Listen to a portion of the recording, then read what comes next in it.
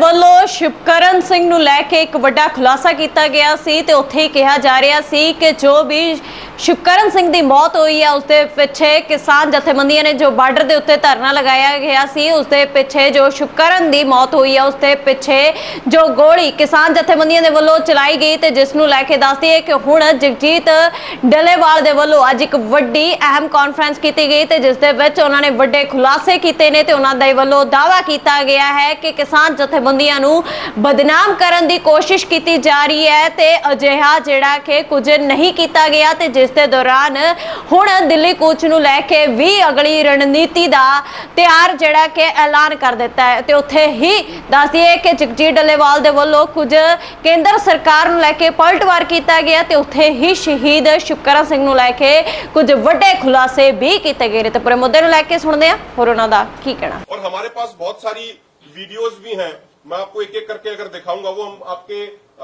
अपना जो प्रेस का ग्रुप है उसके माध्यम से भी आपको डायरेक्ट हम आपको देंगे। ये देखिए हमारी, ये देखिए आप ये वीडियो यहां पे आप देखेंगे ये जो चला रहा है ये शॉटगन चला रहा है और पीछे एक लोड कर रहा है उसके पीछे। हम आपको ये सारी वीडियोस भेजेंगे, अगर आप इसको दोबारा देखेंगे ये स्पष्ट हो रहा है इसमें कि जो व्यक्ति यहाँ पे चला रहा है ये सीधे इस तरीके के हथियार ये चलाए जा रहे हैं।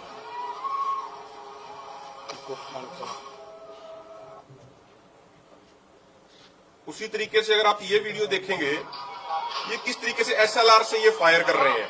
ये सिविल ड्रेस में सबसे महत्वपूर्ण बात ये है कि कई बार माननीय सुप्रीम कोर्ट ये कह चुके हैं कि भाई किसी भी एजिटेशन में जो पुलिस वालों की ड्यूटी होगी कोई अपने नेम प्लेट के बिना कोई अपनी ड्रेस के बिना वहां पे नहीं जाएगा, लेकिन ये किस तरीके से माननीय सुप्रीम कोर्ट के नियमों की धज्जियां उड़ाई जा रही हैं। ये व्यक्ति एम करके एसएलआर के फायर कर रहे हैं, एम करके किसानों पे कर रहे हैं, यानी इनकी मंशा ये थी कि किसानों को मारने के लिए ही ये आए थे। अब ये स्पष्ट देख सकते हैं, अब ये दोबारा ये इनके हाथ में जो एसएलआर है उसको ये उठा के देखिए, अब ये सीधा किसानों पे एम करके सर को निशाना बना के सीधा ये फायर कर रहे हैं। अगर आप इसी तरीके से ये देखेंगे कि किस तरीके से एक किसानों के प्रति नफरत इन लोगों के मन में थी, किस तरीके से किसानों के झंडे फाड़े जा रहे हैं, किस तरीके से गाड़ियां किसानों की तोड़ी जा रही हैं, ये देखिए आप। ये 21 फरवरी की खनौरी बॉर्डर की वीडियो है, किस तरीके से किसानों की गाड़ियां तोड़ी जा रही हैं। तो गाड़ियों ने तो कुछ किया नहीं था, ट्रैक्टर तोड़े गए, पानी के जो टैंकर थे उनमें जहरीला केमिकल मिलाया गया, ये सारी चीजें। मैं एक दो वीडियो छोटी आपको महत्वपूर्ण है वो और दिखाना चाहूंगा।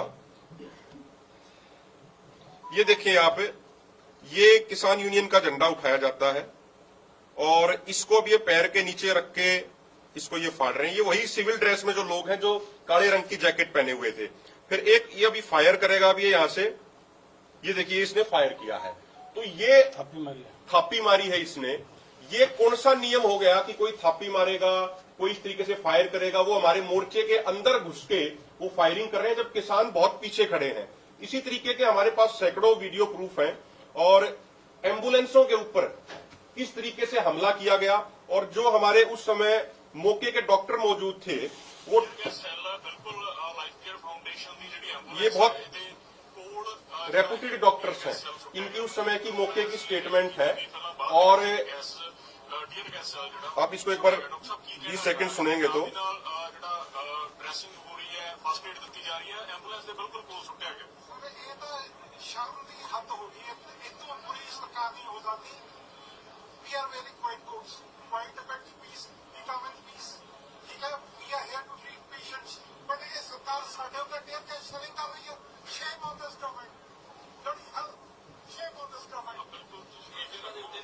और सबसे महत्वपूर्ण बात यह है इसमें से बहुत सारे मेडिकल वॉलंटियर वो हैं जो 2020-21 के आंदोलन में भी थे और हमारे पास वीडियो है जब वहां पिछले आंदोलन में एक पुलिस वाले को नॉर्मली चोट लग गई थी तो इन्हीं मेडिकल वॉलंटियर्स ने पुलिस वालों को भी ट्रीटमेंट दी थी। और इनका मोटो ये है कि भाई चाहे चोट किसी को भी लगी हो, हमारा धर्म है उसका इलाज करना।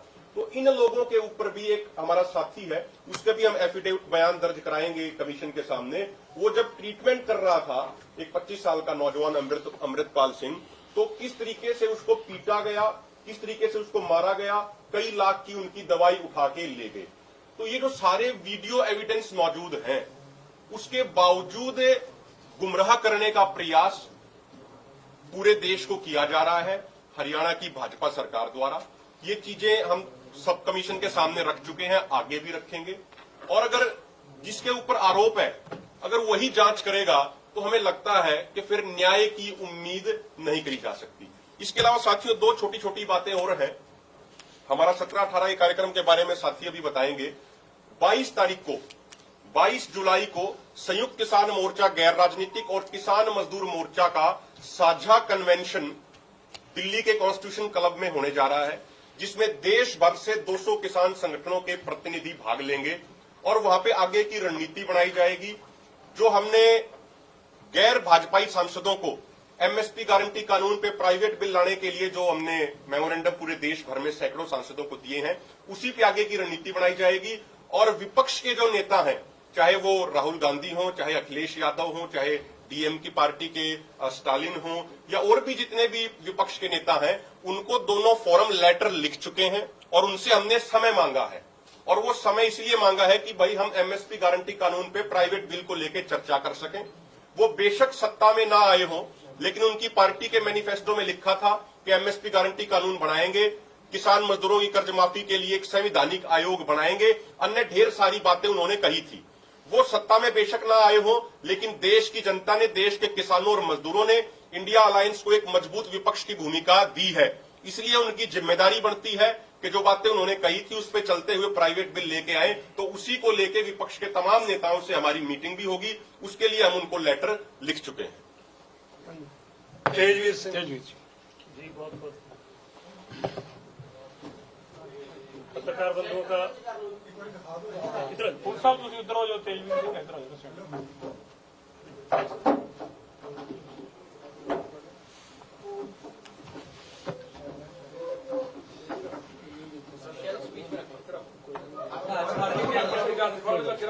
कोई गल नहीं, ऊपर करके इधर लगा दो। सर जी इधर देख के तो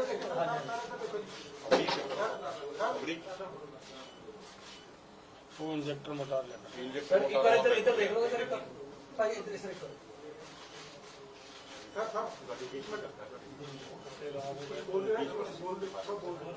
पत्रकार बंधुओं का बहुत बहुत धन्यवाद। मैं आपको जो हाई कोर्ट का Uday Pratap versus state of Haryana का है, मैं उसके संदर्भ में आपको कुछ चीजें हैं जो रह गई हैं, मैं वो पहले वो अपडेट कर देता हूं आपको कि उसके अंदर क्लियर लिखा गया है कि जैसे high court Punjab and Haryana उच्च न्यायालय ने हरियाणा सरकार को फटकार लगाई है, साथ के साथ इसके साथ ही उन्होंने पंजाब सरकार को भी बोला है कि रास्ता खोल दिया जाए। तो मैं आपको गूगल मैपिंग है ये बता देना चाहता हूं कि जो रास्ता है, जो बैरिकेशन लगी हुई है, हम पिछली 13 फरवरी से बात बिल्कुल स्पष्ट कर रहे हैं कि बैरिकेशन 300 मीटर पंजाब के अंदर लगा हुआ है। पंजाब की टेरिटरी के ऊपर पैरामिलिट्री फोर्सेस खड़ी हैं और हरियाणा गवर्नमेंट ने जो हमारे खिलाफ, खासकर जो नवदीप वाला केस है जिसपे 307 लगाई गई है, वो पंजाब की धरती है, पंजाब की टेरिटरी है। बिल्कुल जो फैब्रिकेटेड एफआईआर दर्ज की गई है उनके आपको हम प्रूफ देना चाहते हैं। वहां पर आकर एसडीएम ने खुद बोला था कि अभी हम मैपिंग नहीं कर सकते हैं। जहां हरियाणा सरकार को फटकार लगाई गई है, वहीं साथ के साथ पंजाब सरकार को बोला गया कि रास्ता खोला जाए। तो इसके साथ ही जैसे डलेवाल साहब ने आपको बताया था कि व्यापारी है, जो अंबाला का व्यापारी है, उन्होंने भी हमारे ऊपर एक अटैक भी मोर्चे के ऊपर हुआ था, जिसमें पंजाब सरकार ने अभी तक कोई कार्रवाई नहीं करी। और जो शुभकर्ण का केस था जिसमें 0 एफआईआर दर्ज की गई है, high court, Punjab and Haryana high court ने बोला था कि हरियाणा सरकार अपना एफिडेविट जारी करे। जो उन्होंने उसके अंदर एफिडेविट जमा कराने की जगह उच्च न्यायालय की अवमानना करते हुए सुप्रीम कोर्ट में आगे उन्होंने रिट लगा दी है। लेकिन एक जस्टिस सूर्यकांत की पीठ के अंदर जो सिट का मामला था, उसके अंदर उन्होंने एक टिप्पणी की है कि किसान देश के नागरिक हैं। तो पहले तो ये बात स्पष्ट कर दी गई है मोर्चे की तरफ से भी और हाई कोर्ट ने भी कि रास्ता किसानों ने नहीं, हरियाणा सरकार और सेंट्रल सरकार की पैरामिलिट्री फोर्सेस ने रोका है। जो हमारे खिलाफ प्रोपोगंडा चलाया गया था, जैसे हमारे ऊपर अटैक किया गया था कि मानो हम दूसरे देश के नागरिक हों, सरकार को फटकार लगाते हुए माननीय उच्चतम न्यायालय ने भारत सरकार और हरियाणा सरकार को ये फटकार लगाई कि देश किसान देश के नागरिक हैं और इनका आने का अधिकार है, ये नारे लगा सकते हैं। उसके अंदर टिप्पणी कही गई है, कहीं जजमेंट नहीं है। अभी हरियाणा सरकार को जो उदय प्रताप वर्सेस हरियाणा स्टेट की याचिका के ऊपर उनको तारीख अभी नहीं मिली है, जिसकी हम उसके बाद स्पष्ट करेंगे।